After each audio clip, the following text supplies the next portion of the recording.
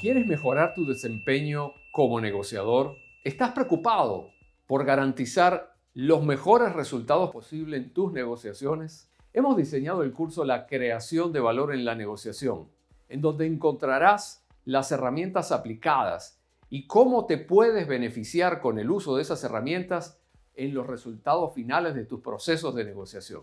Encontrarás también las mejores recomendaciones como lecciones aprendidas a lo largo de muchos años de investigación. Mi nombre es Alberto Suárez Ledo. Soy especialista en el área de negociación, habiendo formado durante más de 20 años en toda la región a mucha gente con las mismas inquietudes que tú tienes. Te espero para que participes en el curso La creación de valor en la negociación.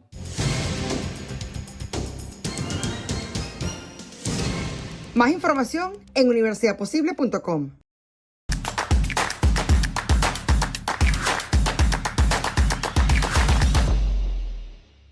¿Qué tal, amigos? Bienvenidos como todos los jueves a Conversaciones de los Jueves a partir de hoy, empezando el año, porque para nosotros, es decir, por lo menos para mí, el año empezó prácticamente el lunes. Dani, un abrazo, ¿cómo estás? Muy bien, Nitu. Gracias por tenerme aquí. No te digo feliz año porque ya te lo dije. Ahora, yo te digo feliz cumpleaños porque este día es el día de Copey, ¿no? Está cumpliendo un año más de fundado Copey. Felicitaciones. Yo sabía que tú... ¿Están cumpliendo cuánto? Porque Copey es del año 46, ¿no? 46, sí, señor. O sea, que estarían 70 y algo, ¿sí? 70, claro, tiene que ser como 75 o 76.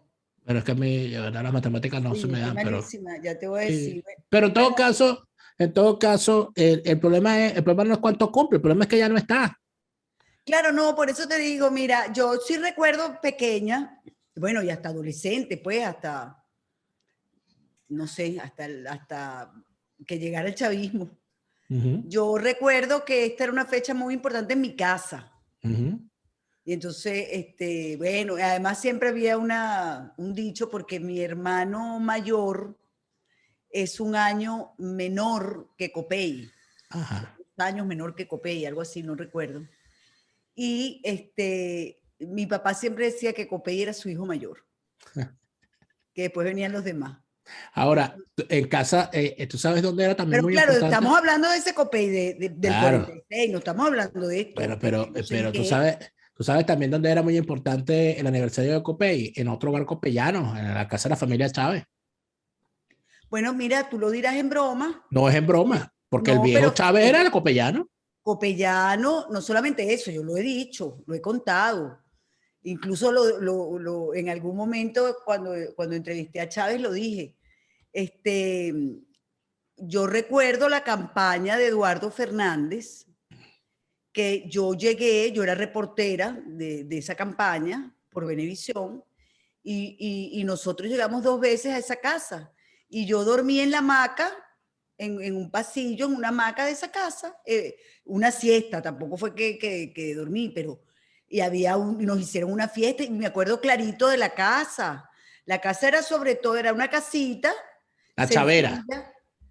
Bueno, yo no sé si se llamaba La Chavera, porque en ese momento como que no se llamaba así, yo no me acuerdo. Ajá. Pero te puedo decir que era, recuerdo que era, tenía el patio, tenía piso de tierra alrededor, pero claro, adentro sí tenía su losa, y el techo era de estos de láminas de zinc, en la parte del corredor, y te lo digo porque me acuerdo porque nos llovió.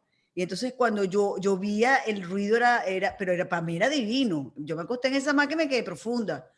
Y no fue una vez, fui 2 veces. Y ese señor, el papá, el Hugo de los Reyes. Era un hombre muy amable, y me acuerdo clarito de doña Elena, y me acuerdo además de aquella casa full de gente. Pero que no, eran 2 personas completamente distintas a lo que vimos después. ¿Y tú eso se lo contaste a Chávez? Yo se lo conté porque Chávez quiso meterse con mi origen social cristiano, ¿no? Claro. Y entonces yo le dije, sí, no, yo sí, y su papá también le contestó. Y él me lo negó, pero me lo negó muchas veces. Yo le dije, presidente, por favor. Pero claro que lo fue. Yo no recuerdo cómo terminó aquello, pero sí sé que después yo le dije, mire, presidente, no mienta así. Su papá fue director de educación del gobierno de Luis Herrera Campins.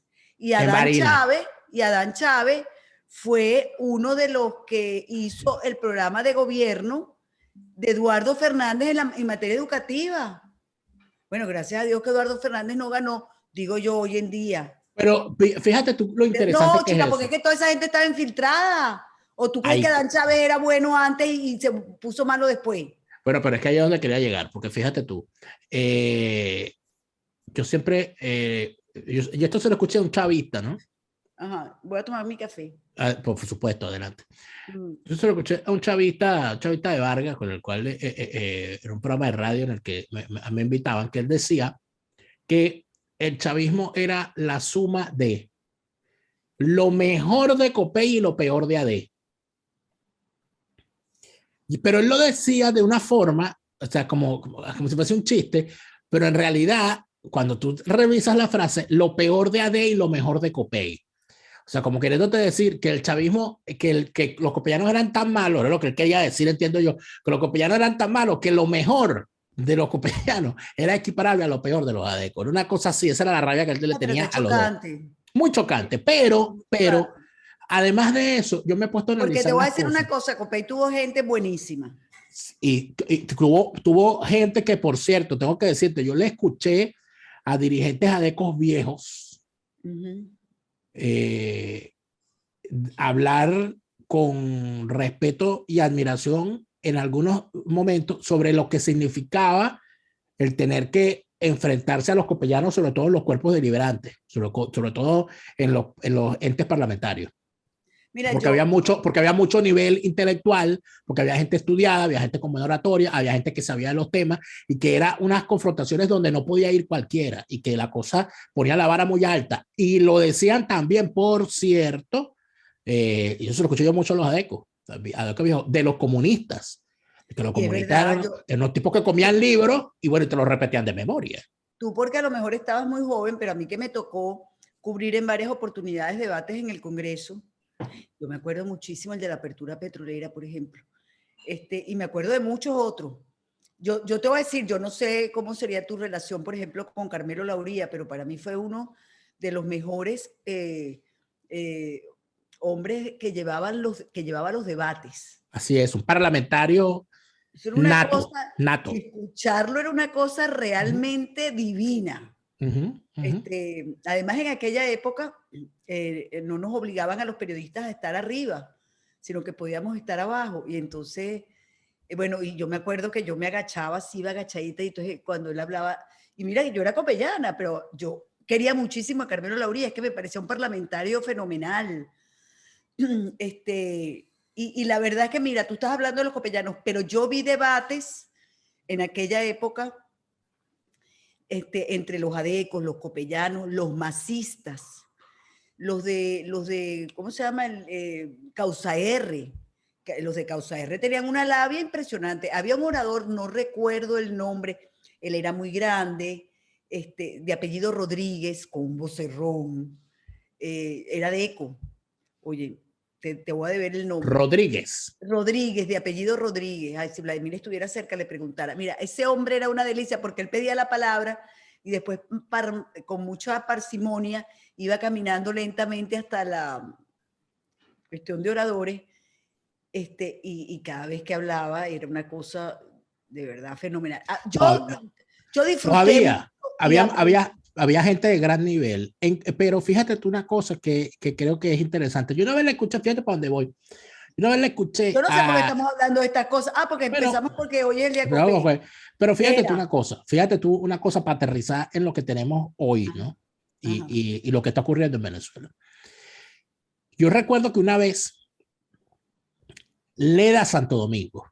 Imagínate. Leda Santo Domingo le hizo una entrevista en un concierto a el líder del conjunto El Gran Combo de Puerto Rico, Rafael Itier, que es pianista, y ella le preguntó, ¿Qué pasa? Que la gente hoy sigue escuchando la salsa de antes. ¿Por qué la salsa de ahora no son igual? Entonces le dijo, por una razón, porque antes, porque ahora tú no sabes diferenciar quién es quién. Antes tú escuchabas una canción y tú sabías quién era Juan, quién era Pedro, quién era José. Ahorita todos suenan igual. Entonces la gente fanática de esa diferencia. Eso pasa, y traigo eso para acá, pasa en la política hoy. Era Todos fácil, iguales. era fácil determinar, y ojo, y no es Venezuela, es la política en general. Antes era fácil, tú nada más escuchando hablar a una persona en el Congreso, tú sabías qué partido era. Solamente por las inflexiones de la voz Bueno, y mira, la forma de abordar el discurso. Yo no diría que en todas partes. Bueno, sí, en todas, la verdad es que es una cuestión general. Pero tú sabes que a mí todavía me sucede, por ejemplo, en Colombia. Tú oyes hablar a los políticos colombianos y tú sabes con bastante certeza a qué orientación pertenece cada quien. Me está pasando lo mismo con los españoles. Todavía puedes ubicarlos. Bueno, pero cuando yo escucho, por ejemplo, a Pablo Casado, no, Bueno, es más, a veces cuando no lo escuchas, nada más, fíjate tú, la estética, inclusive la estética. Tú te pones a ver que pareciera que hay una fábrica de políticos. Bueno, Pablo Casado es un hombre que se ha ido como deformando. No, claro, pobrecito. Pero tú ves la forma, tú lo ves en grandes rasgos. A un Pablo Casado, a un Pedro Sánchez, a un Albert Rivera, que se retiró, a Macron. O sea, tú ves a Obama, tú ves que hay como un formato, una forma de vestir, una forma de gesticular, Bueno, miren, una forma de pararse para hablar, una forma de la inflexión de la voz. En eso tienes razón. Están en eso. Antes sí, han copiado una estética. Han copiado una estética impuesta por el marketing por encima de la política. Yo recuerdo una vez estando, por cierto, en un evento, ya cuando estaba la MUT, a mí me mandaron, yo estaba en AD, y me mandaron un acto para la campaña que venía. Bueno, mira, hablando de la estética, es igual que Leopoldo López. Capriles. Igual. Pareciera, ¿sabes? Esas cositas, esas que vendían antes para jugar, las niñitas que recortaban estas muñequitas de papel. Yo jugué con eso, me encantaba. Bueno, así son los políticos estos, super recortar. Tú te vienes, los recortes, los pones todo igualito y los viste. Claro, no, pero yo no te estaba hablando de la estética, fíjate, pero ahora que me lo dicen, eso tienes razón. Sí, claro. O sea, aunque fíjate que no es un formato colombiano. Bueno. No me parece, porque los colombianos toda la vida han sido de flu y corbata. Sí, pero ponte a ver la estética. El Petro, que no se pone una corbata ni de casualidad, porque como es de izquierda. Pero eso también es una estética. ¿Tú no te acuerdas de la causa R? La izquierda me parece que no se afeita, que no se lava el cabello, que no se lava los dientes. Bueno, ¿tú no te acuerdas cuando se impuso la estética del MAS, de las chaquetas de cuero? Y claro. Y después vinieron los de la causa R, los sin corbata. O sea, la política tenía algo. Yo recuerdo una vez estaba en este evento y yo iba en el grupo con los de Vargas y había un orador por cada estado que tenía que decir lo que estaba ocurriendo ahí, cómo iba a ser la campaña, etc. Y yo recuerdo que estoy sentado, escuchando y viene a hablar y convocan al de Apure. O sea, tiene la palabra fulano de tal de Apure. Ojo, era la unidad, nadie decía el partido. Entonces el señor se monta y yo tenía sentado al lado, recuerdo, él se debe recordar al señor Cordobés, que era de un partido regional en Vargas. Y el señor se acerca, no lo nombra, fulano de tal, no me acuerdo el nombre de Apure, tal. Entonces el tipo se sienta. Y cuando el tipo habla y saluda, dice algo así como, estimados amigos. Y cuando empieza a hablar, en las primeras dos oraciones, el que está sentado al lado mío me dijo, ese es Adeco. Porque la forma de hablar del tipo era, o sea, yo decía, este es Adeco. O sea, ahí no hay nada que hablar. Y en efecto, el tipo se tiró un discurso allí que lo trajo escrito, donde citó la fuerza de doña Bárbara del Río y tal, y todo aquello, con la fuerza, y todo el mundo lo aplaudió. Eso parece una cosa menor. Eso parece algo que no tiene importancia. Pero, ¿qué han visto estos jóvenes políticos y no políticos, los venezolanos, desde el año 98 para acá? cuando hablan de política, ¿qué es para ellos un político? Un tipo que se para frente a un micrófono a insultar. Un tipo que se pone frente a la cámara a ofender a sus ciudadanos. Un tipo que amenaza. Un tipo que utiliza la violencia hasta física cuando habla. Un tipo que descalifica al que no está con él. Y en eso no se diferencia. No se diferencia ni los que están en el chavismo ni los que están en la oposición, porque inclusive niegan la disidencia interna. En el chavismo, el que se levanta con una autocrítica es el liquidado, y en la oposición también. Eso es la política hoy. Y eso era algo muy distinto antes, cuando, imagínate tú, si supieran algunos jóvenes que no han visto otra cosa que el chavismo, si supieran que antes en los partidos había tendencias internas perfectamente determinadas. Él es copellano, pero él es astronauta. Él es copellano, pero él es avanzado. Él es masista, pero él es tucán. Él es adeco, pero él es renovador. Imagínate tú, si se enteraran de que eso existía en Venezuela. Bueno, la gente se quedaría loca. Ese tipo de cosas, yo estoy convencido de que hay que volverlas a contar.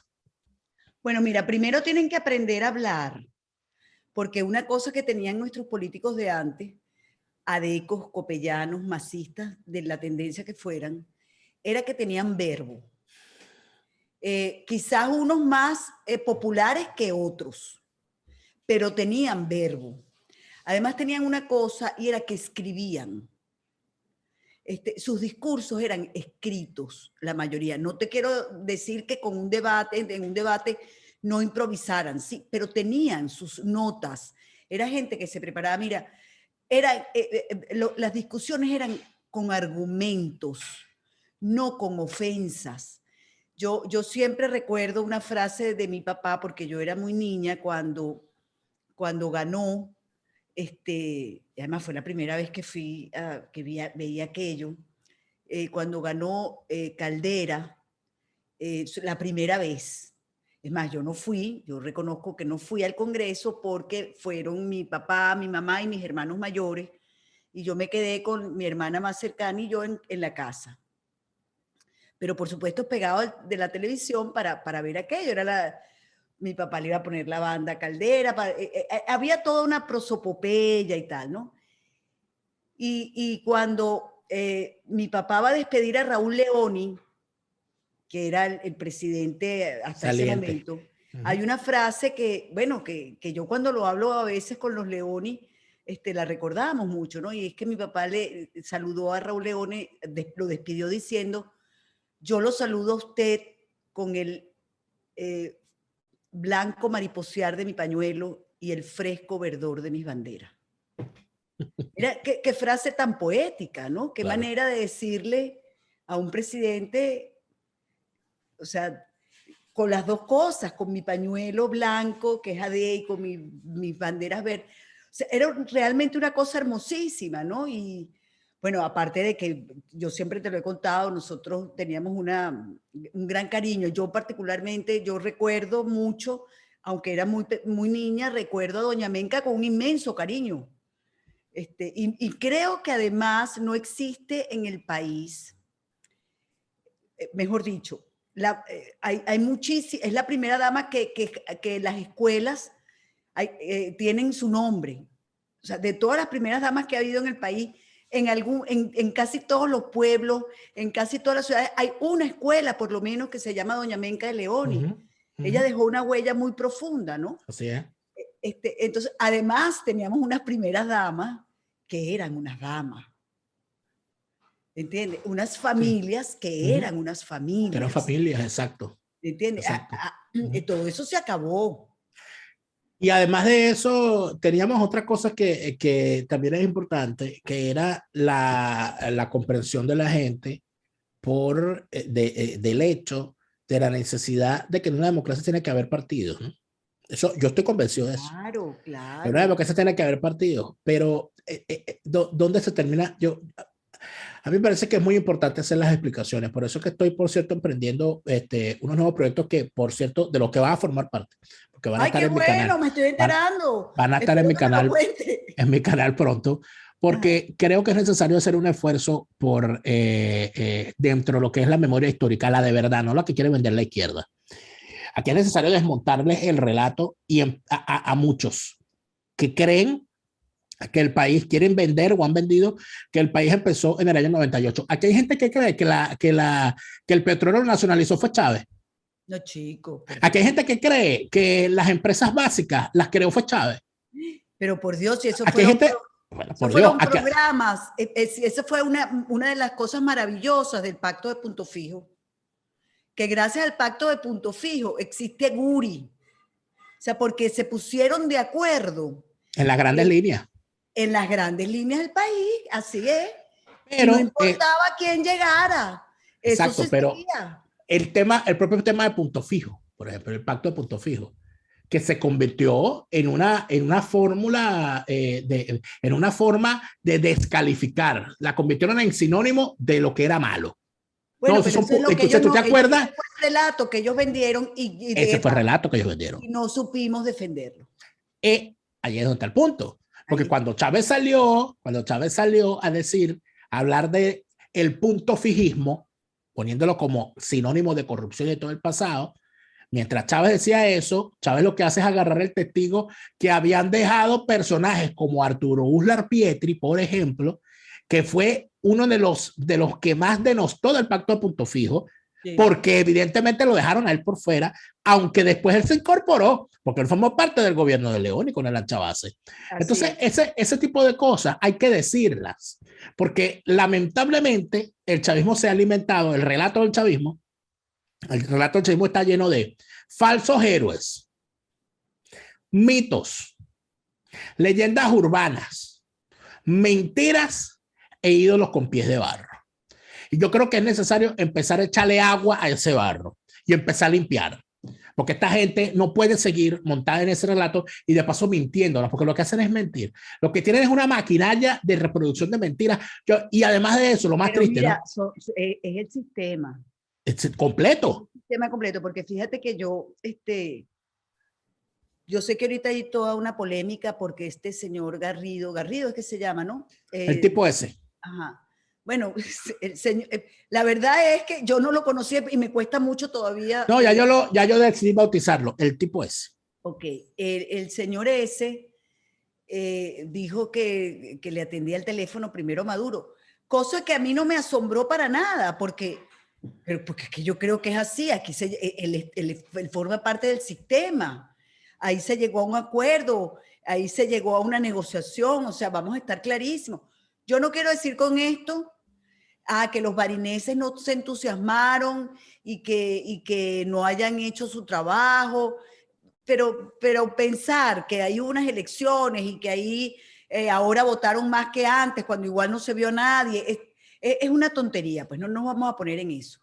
Ahora, hay toda una polémica con esto y después veo que sale el señor Superlano a defender eso. Porque claro, esa alegría que había de que sí, juntos podemos y si nos unimos, como que se diluyó a lo que el señor dijo aquello. Y entonces salió Superlano a decir, bueno, miren, él dijo lo que es una realidad y en un país donde hay tanto peligro. Y yo decía, Dios mío, qué tristeza de políticos. Claro, yo no quiero decirte con esto que es que aquí descubrí yo a Superlano. No, Superlano lo descubrí desde Cúcuta. O sea, no entiendo cómo es que el señor está allí. No entiendo cómo eso puede ser un dirigente de absolutamente nada. Si eso no es ejemplo de nada, sino de lo peor. Pero fíjate qué mal está el país, que esa es la dirigencia. Y que además este señor que dice aquello, salgan todavía a defenderlo. Que déjame decirte, yo creo que los dos presidentes son usurpadores. O sea, yo tengo, o sea, usurpó eso uno. Está claro. Usurparon los dos. Ahora, ¿a quién le va a atender el teléfono? Bueno, claro, al que lo puso ahí. Porque, mira, yo creo que eso es una cosa que, inclusive, por eso que te digo lo del relato, ¿no? Cuando se habla de usurpación, no se habla de que le están usurpando el poder o las atribuciones a alguien. La usurpación es contra la ciudadanía. Le están usurpando a la ciudadanía sus poderes, porque quien pone y quita a los que detentan el poder son los ciudadanos. Por eso es que se les llama mandatarios, porque se les da un mandato. ¿Y quién se los da? El depositario de la soberanía, que es el ciudadano. Entonces, la usurpación tiene dos caras. No es que Maduro es un usurpador y Guaidó no. No, no, no. Es que la usurpación tiene por lo menos dos caras en este momento. Aquí la usurpación, aparte de eso, y volviendo a todo este tema de la cuestión política, etcétera. ¿Cuándo comenzó la usurpación? Esa es la gran pregunta que Guaidó no quiere responder y no puede responder. Y cuando la responde, responde lo que le conviene. Porque si se asume cuándo comenzó la usurpación, se descubre que ellos también son parte de la usurpación, porque la usurpación comenzó cuando en el año 99 se le permitió a Hugo Chávez pasar por encima del marco constitucional establecido para imponer por encima de la Constitución del 61 la Constitución del 99 sin respetar lo establecido. Allá había que respetar lo que decía la Constitución del 61 para poderla reformar o derogar. Eso no se hizo. Y como no se hizo, pues todo lo que se ha hecho a partir de ese momento en adelante forma parte de la usurpación. Y el artículo 250 de la Constitución del 61 es perfectamente clara al respecto y dice que cualquier venezolano investido o no de autoridad tiene el deber de hacer lo que está a su alcance para retomar la vigencia de esa Constitución. Porque esta Constitución no perderá su vigencia si es reformada de una forma que no establecida por su texto. Eso, palabras más, palabras menos, lo que dice el artículo 250 de la Constitución. Lo ha invocado en algún momento la oposición falsaria y protibularia, o Guaidó, que dice estar por el cese de la usurpación. No, por eso es que cuando decía que estaban por el cese de la usurpación, yo siempre preguntaba, ¿de cuál usurpación me hablan? Nunca respondieron. Por eso es que terminamos entonces siendo o llegando como el bolero. Voy viviendo ya de tus mentiras. Miénteme más que me hace tu maldad feliz. Y además hay otra usurpación, que es cuando dejamos que un no venezolano llegara a la presidencia de la República. No, ya ese es el acabose. Tampoco se hizo nada. Ya ese es el por cierto, fíjate tú, que las cosas no son casualidad. Este señor que no ha podido demostrar ni va a poder demostrar dónde nació, y todos sabemos que nació en Colombia. No solo el hecho de que sea colombiano no es una afrenta para los colombianos. Para nada, todo lo contrario. Y para los venezolanos. Él no podía ser candidato presidencial, ni siquiera presidente, no podía ser candidato. Pero además de eso, si nos ponemos a hilar fino, ¿qué nos encontramos? Que gracias a la presencia de Nicolás Maduro, se han ido apoderando de distintas posiciones, inclusive territoriales, económicas, financieras y políticas en Venezuela, personajes de los más oscuros de origen colombiano. Por ejemplo, lo que está ocurriendo ahorita en Barrancas del Orinoco, ¿qué es?